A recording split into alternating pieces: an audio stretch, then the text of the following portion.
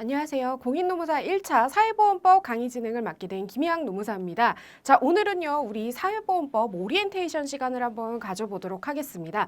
자, 먼저 화면을 조금 잠깐만 보시면요. 이거는요, 사회보험법 최근 3개년 동안 기출이 어느 파트에서 나왔는지 정리를 좀 도식화해서 나타낸 표입니다.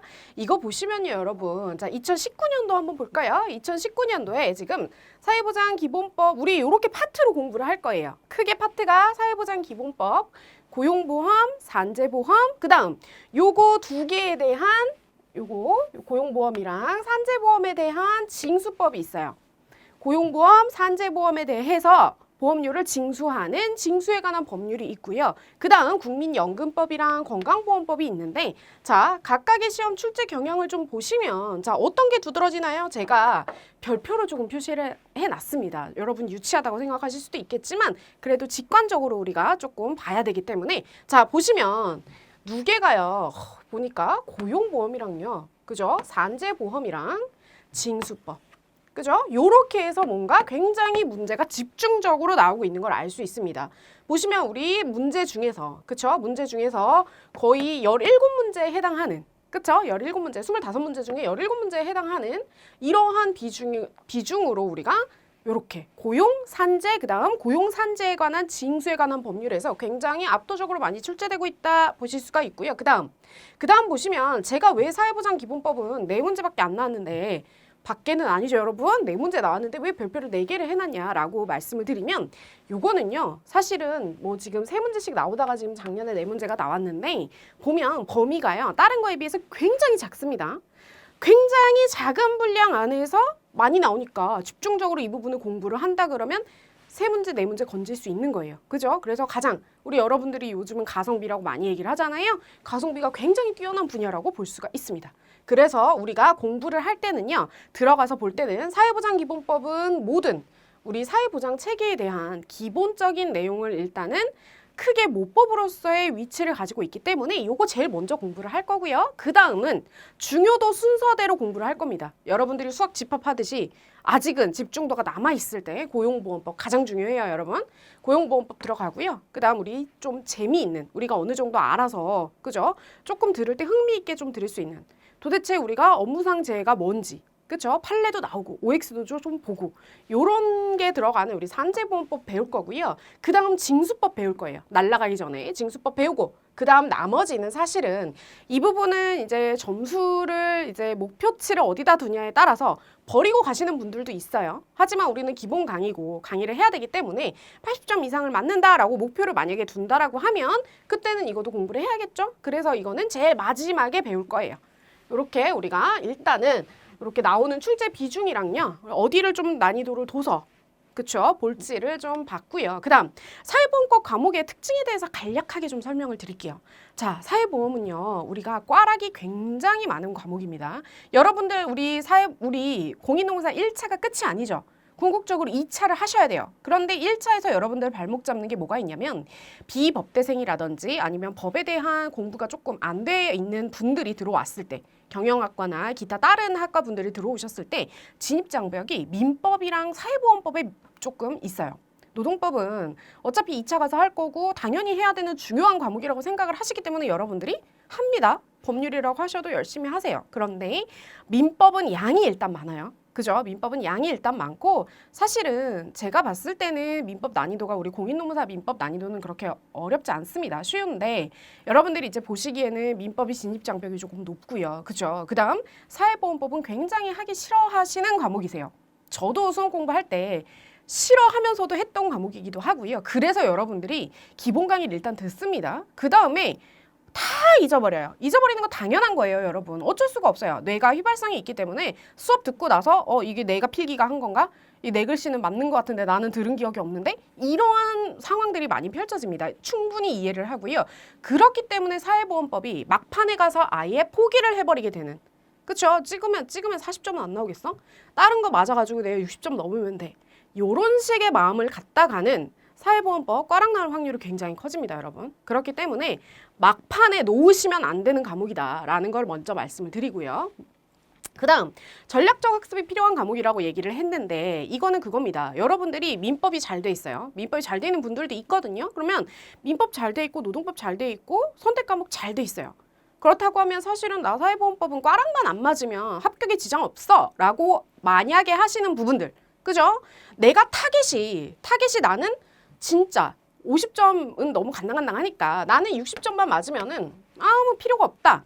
다른 거 다 너끈히 맞을 수 있다라고 생각이 되시면 연금법이랑 건강은 날리는 거예요, 여러분. 그죠? 연금이랑 건강이랑 해가지고 두 문제씩 나오는데, 그쵸? 두 문제 내지는 뭐 지문에 요새는 뭐 법률을 과목들을 조금 섞어가지고, 그죠? 뭐 고용보험법이나 뭐 나머지 법들이나 섞어서 나는 출제되는 게 하나 정도 있으니까 그거 한다고 하면 거기서부터 뭐 플러스 한 문제 정도 해가지고 한 5문제를 버리고 간다 라고 생각을 한다 그러면 오케이. 나머지가 뭐 60점 이상 다 너끈히 80 이상 나와서 사회보험법은 60만 맞으면 합격에 아무 지장 없다. 나는 꽈랑만 면하면 된다 라고 한다 그러면 사실은 이거는 버려도 상관없는 거죠. 그런 식으로 여러분들이 내가 진짜 어떻게 과목을 조금 얘를 80점 이상을 맞아서 전략 과목을 삼아야 되는 그런 지경인 건지 아니면 나는 여기는 사실은 40만 넘으면 합격에 문제 없어 라든지 요거를 좀 경중을 따져가지고 사회보험법 우리 들어올 때 어디를 조금 더 집중적으로 인풋 대비 아웃풋을 조금 확실하게 끌어낼 수 있도록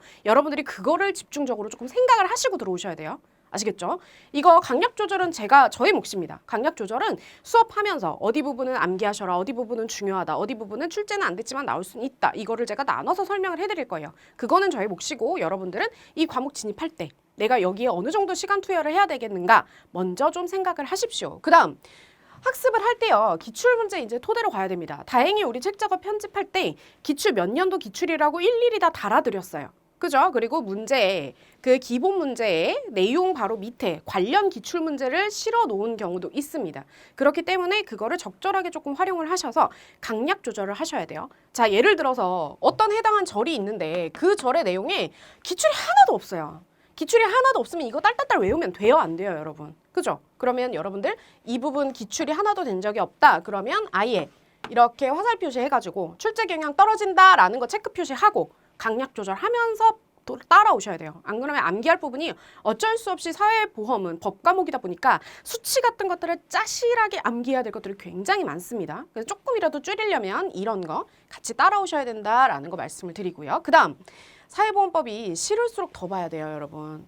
이게 시험이 저희가 2차 때도 이제 여러분 1차가 끝이 아니잖아요. 2차 할 때도 말씀드릴 거지만 자 2차 시험은요, 여러분. 한 과목을 포기하는 과목이 있거나 한 과목에서 펑크가 크게 나면 떨어져요. 지금, 그죠? 난이도가 상당히 올라갔고 경쟁률이 올라갔기 때문에 무난하게 하나 다 빠진 거 없이 빵꾸 나는 거 없이 무난하게 시험을 치시고 한 과목을 내지는 두 과목을 조금 더 점수를 좀 확 잘 받았다. 이러면 합격하시는 거거든요. 사실은 크게 빵꾸 나는 부분이 없어야 되기 때문에 특히나 1차는 꽈랑 맞으면 당연히 안 되겠죠. 이거 마지막까지 손 놓으시면 안 됩니다. 그쵸? 그거 좀 하나만 좀 염두를 하시고 자 마지막으로 우리가 객관식 대비해가지고 이제 동영상 강의 이제 활용하는 방법이랑 간단히 언급하고 인트로 마무리 지을 건데요. 자 보시게 되면 제가 항상 말씀드리는 이거는 객관식 공부할 때 거꾸로 학습입니다. 이 동영상 강점을 활용을 해야 되는데 자 처음에 들어올 때요. 거꾸로 학습이라는 건 뭐냐면 특히나 아무 배경 지식이 없는 분들은요. 뒤에 기출문제를 보고 들어옵니다. 문제를 풀으라는 게 아니에요, 여러분. 기출문제를 보고 오라는 겁니다. 무슨 소리냐? 내가 이 기출문제에서 도대체 어떤 문제들이 조금 키워드들, 어떤 문제들이 뭐 예를 들어서 수급권의 보호가 나왔다 그러면 도대체 수급권이 뭔데 이 수급권에 대한 문제가 이렇게 자주 나오지? 이거를 한번 눈으로 찍어 놓고 수업을 바로 해당 부분의 수업을 들으시면 사람인지라 집중력이 달라집니다, 여러분.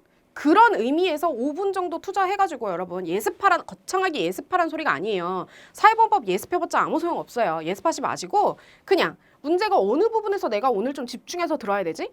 요런 거를 여러분들이 능동적으로 조금 포인트를 좀 둘 수 있게끔 그래서 이제 거꾸로 학습을 하라라고 말씀드린 거예요. 그래서 문제를 풀 때 저는 문제를 풀 때요. 그러니까 푸는 게 아니라 답을 적어요. 아닌 것은 옳지 않은 것은 이러면 X표 일단은 객관식 크게 문제에다가 X표 해놓고 보기가 이렇게 있으면은 일단 답을 적습니다.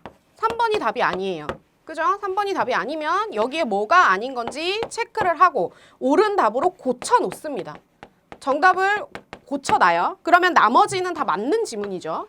그죠? 그럼 나머지 다 맞는 지문이니까 이렇게 해야 직관적으로 좀 표시를 해야 여러분들이 객관식 풀 때 나중에 답안지에 옮길 때 실수가 적어요.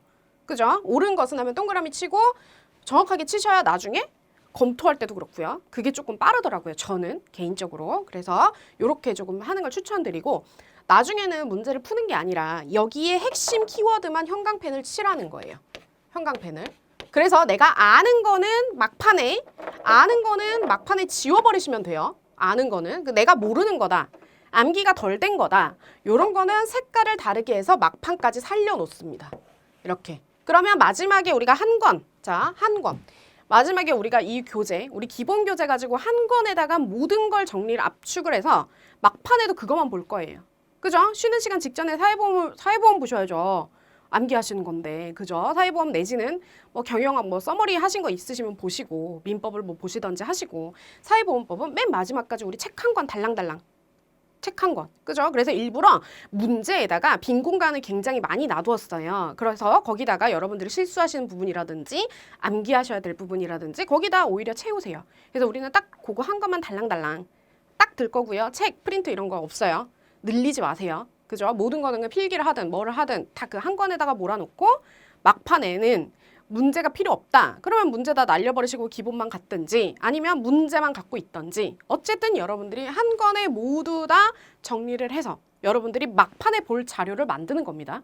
그죠? 2차도 마찬가지예요. 막판에 볼 여러분들만의 자료를 만드는 작업이 수업 듣고 강의 들으면서 하실 여러분의 몫이에요. 아셨죠? 그래서 그렇게 조금 설명을 드리고요.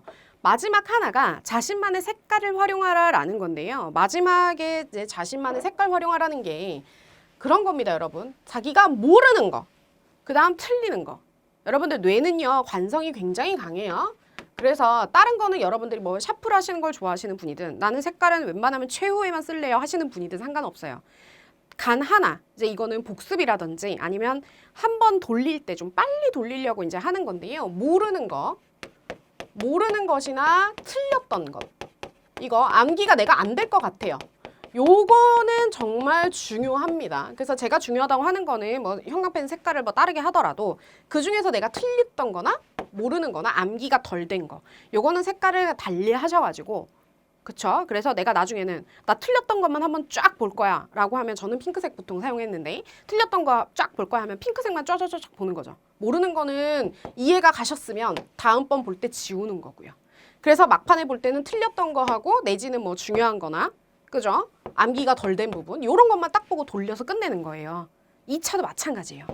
요렇게 해서 좀 색깔을 조금 좀 체크를 하셔라. 그리고 마지막 당부드릴 거는 여러분들 사회보험법이 굉장히 조금 듣기가 싫어요. 듣기가 싫고 되게 하기 싫은 과목인 거 제가 알고 있습니다. 그래서요 여러분 일단은 기본 강의를 저와 함께 좀 끝까지 따라오시되 막판에 내가 나 한 명 들었는데 날라갔다 하면 요약 정리를 빠르게 그죠? 요약 정리 강의 5강의밖에 안 되거든요. 그거를 빠르게 한번 돌리시던지 그게 너무 좀 어렵다라고 하시면 우리는 동영상 강의 배속이 있잖아요.